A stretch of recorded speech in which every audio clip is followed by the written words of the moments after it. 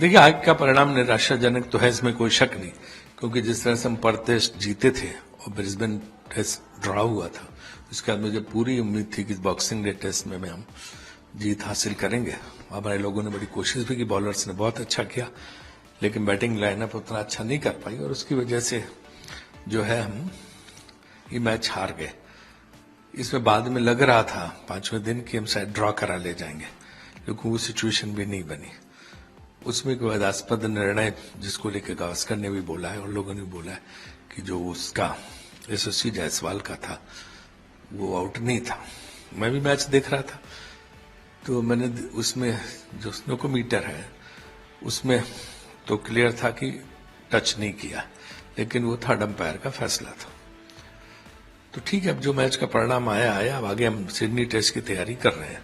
लेकिन मेरी एक बात कहनी है, हमारा पर्सनल व्यू ये है कि इस मामले में टेक्निकल कमेटी को, आईसीसी को देखना चाहिए कि या तो टेक्नोलॉजी के हिसाब से जाए या जो इंडिविजुअल की ओपिनियन है थर्ड अंपायर की, उस हिसाब से जाए।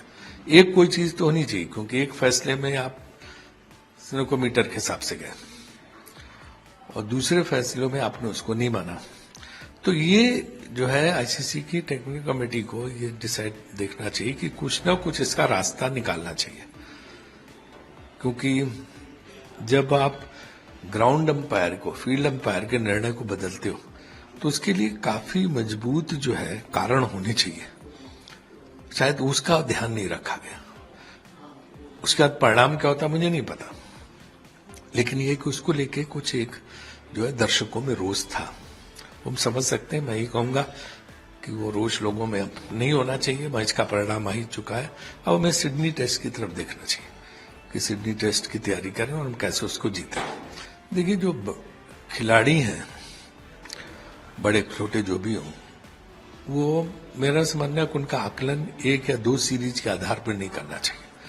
उनकी टोटल परफॉर्मेंस देखनी चाहिए कि जब से वो खेल रहे हैं तब तक उससे उनकी परफॉर्मेंस क्या रही। 1-2 सीरीज में अगर कुछ गड़बड़ होता है, उस आधार पे हम बिल्कुल एकदम रिजेक्ट कर दें या उनको जो है डम कर दें, ये उचित नहीं है। क्योंकि टोटल में परफॉर्मेंस क्या रही है ये देखना चाहिए। सब महान खिलाड़ी हैं, उन्होंने बहुत देश के लिए खेला है और बड़ी मेहनत की है उन्होंने देश के लिए।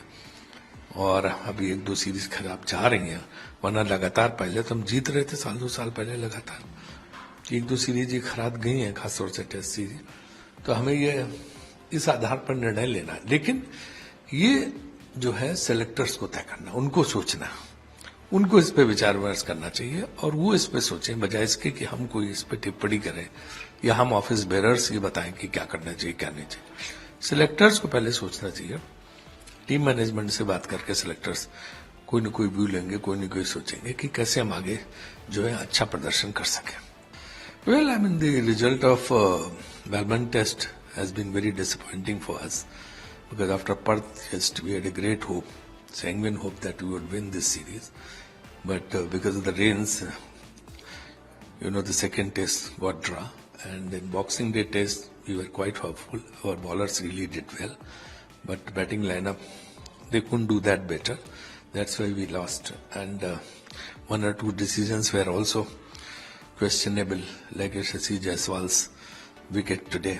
I mean, this snokometer was very clear that ball didn't touch the bat, but still, the third umpire, he gave him out. Here, the individual's perception or opinion that prevailed. In another case, they go by the technology snokometer. So, what I am saying that ICC's technical committee should take cognizance of it, and they should devise or make a provision by which whether one should go by technology or one should go by individual's opinion. That should be settled once for all. It's not that individual cases or case to case we decide. So that one issue which should be addressed to. Otherwise, the result, today's outcome is, I think it should be taken as, let's bygone be bygone. It has happened. We have lost that match. So we should prepare ourselves for Sydney Test match. That would be better. Well, now hue and cry is being raised about the performance of certain players, senior players. But I am saying A player's career should be judged by his total performance. It's not that in one or two series is how he's performed. If you see their career in toto, they have contributed a lot. Immensely they have contributed for India. So we should not dismiss that contribution, judging them by one or two series or one or two matches. So that aspect has to be taken in mind.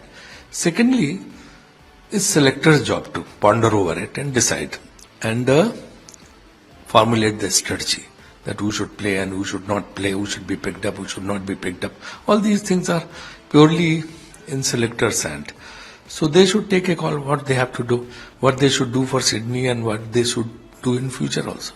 Yes, that's a shot. Cricket की हर बड़ी खबर, Lovely shot. हर बड़े update और live discussion के लिए जुड़िए मेरे साथ सिर्फ India TV cricket YouTube channel पर।